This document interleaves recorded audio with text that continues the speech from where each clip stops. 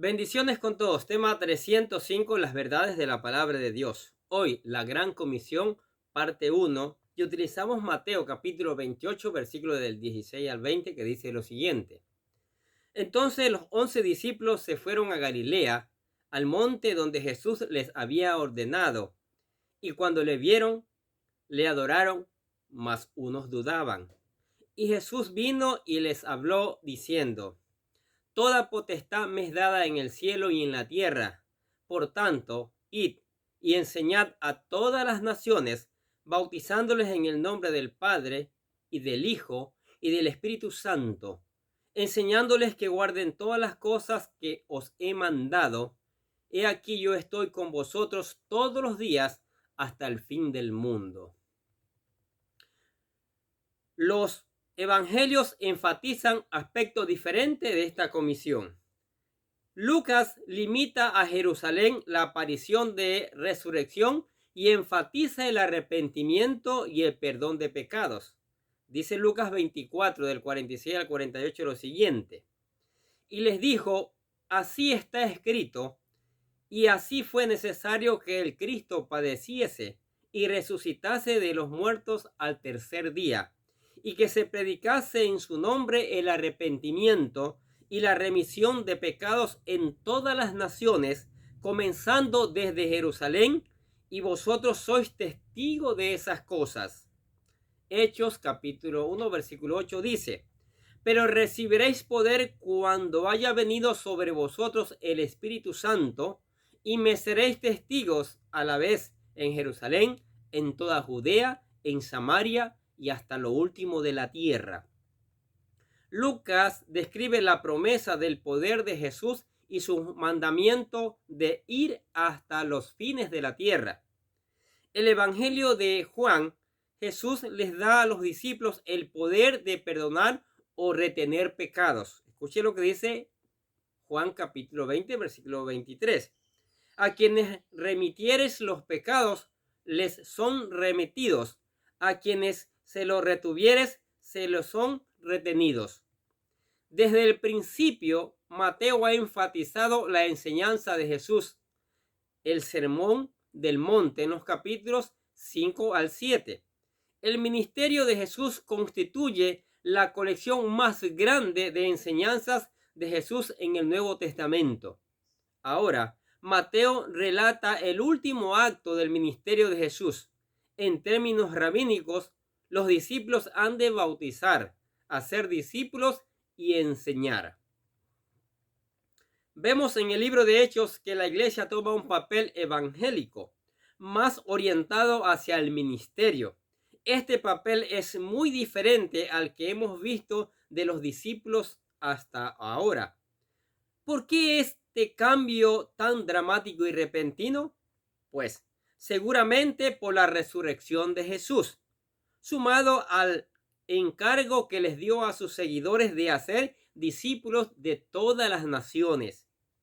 Este texto ha tenido una influencia significante en la iglesia. Marca la aprobación de Jesús del bautismo como elemento clave de ser discípulos.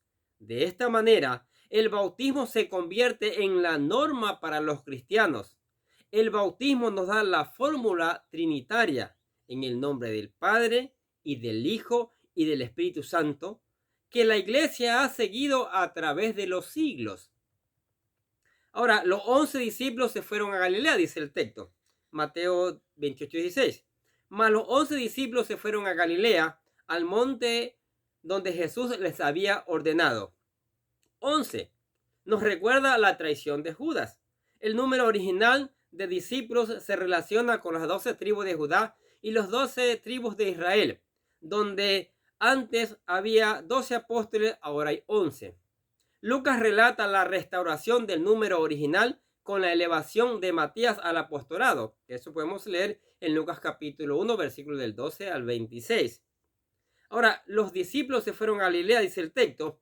Jesús había nacido a la sombra de Jerusalén, pero José y María se lo llevaron a Galilea después de su regreso a Egipto por miedo a Arquelao, el hijo de Herodes, que regía en Judea tras la muerte de su padre.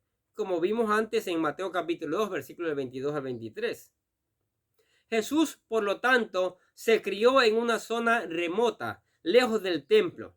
Galilea era conocida como Galilea de los Gentiles, como dice Mateo capítulo 4, versículo 15, porque servía de hogar para muchos gentiles. La mayoría del ministerio de Jesús tomó lugar en Galilea y regresa allí para comisionar a sus discípulos. Ahora, los discípulos van al monte donde Jesús les había ordenado.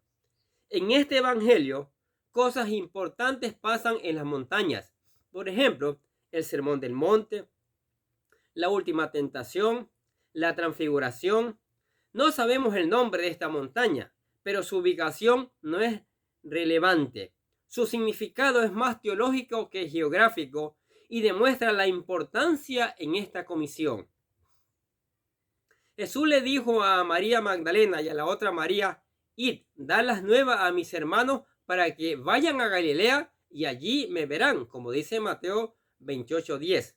Mientras que a mujeres no se les permitía ser testigos en una corte, Jesús les escogió a ellas para dar testimonio de su resurrección. Muy importante, ¿no es cierto? Ahora, pero algunos dudaban, Mateo 28:17. Dice, y como le vieron, le adoraron, mas algunos dudaban. Esta es la primera vez en este evangelio que encontramos juntos a los discípulos desde que Jesús fue arrestado y abandonado por sus discípulos, Mateo 26:56. ¿Se acuerdan? Solo María Magdalena y la otra María han visto al Cristo resucitado. En cuanto al estado mental de los discípulos mientras caminaban hacia la montaña, solo podemos especular, pero sabemos lo que pasa cuando por fin ven a Jesús. Le vieron, le adoraron, mas algunos dudaban.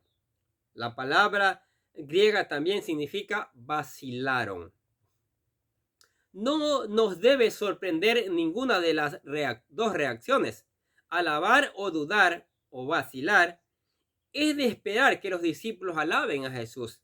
Saben que fue matado y enterrado. Saben que el Viernes Santo fue el final. Ahora ven a Jesús vivo de nuevo, confirmando su lugar, sin lugar a dudas, que Él es el Mesías. Con sus propios ojos ven que su Maestro es el Señor de vida y puede ejercer su poder hasta sobre la muerte. Por tanto, no nos debe sorprender que algunos duden o vacilen. Nada en su experiencia los ha preparado para lo que ven, excepto quizás la resurrección de Lázaro, que no se menciona en este evangelio, sino en Juan capítulo 11. Antes observó Jesús, en Lucas 16:31 dijo: si no oyen a Moisés y a los profetas, tampoco se persuadirán, si alguno se levantare de los muertos.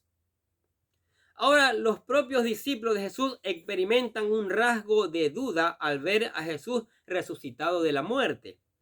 Casi nos atrevemos a criticar a los discípulos por su duda, pero no debemos suponer que nosotros lo hubiéramos hecho mejor.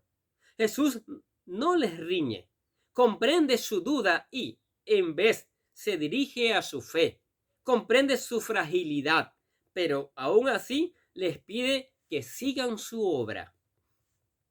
Para poder cumplir el papel que Jesús les otorga, los discípulos han de crecer, mientras que su conducta en el libro de Hechos es menos que espectacular. Seguirán confrontándose con grave oposición a lo largo de su ministerio.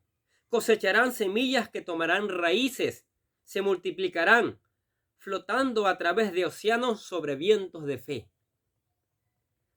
La elección de Jesús al escoger a esta gente ordinaria para cumplir una misión extraordinaria concuerda con la obra histórica de Dios. Dios escogió al joven David en vez de a sus fuertes hermanos. Dios mandó la mayoría del ejército de Gedeón a casa antes de mandar el resto a la batalla. Para Dios, nuestra habilidad es menos importante que nuestra disponibilidad. Además, nuestra habilidad puede llegar a obstruir el camino si dejamos que nuestros éxitos oscurezcan el papel de Dios. ¿Qué les parece estas verdades de la palabra de Dios? La gran comisión, el encargo que nos ha dado el Señor Jesucristo para ser discípulos.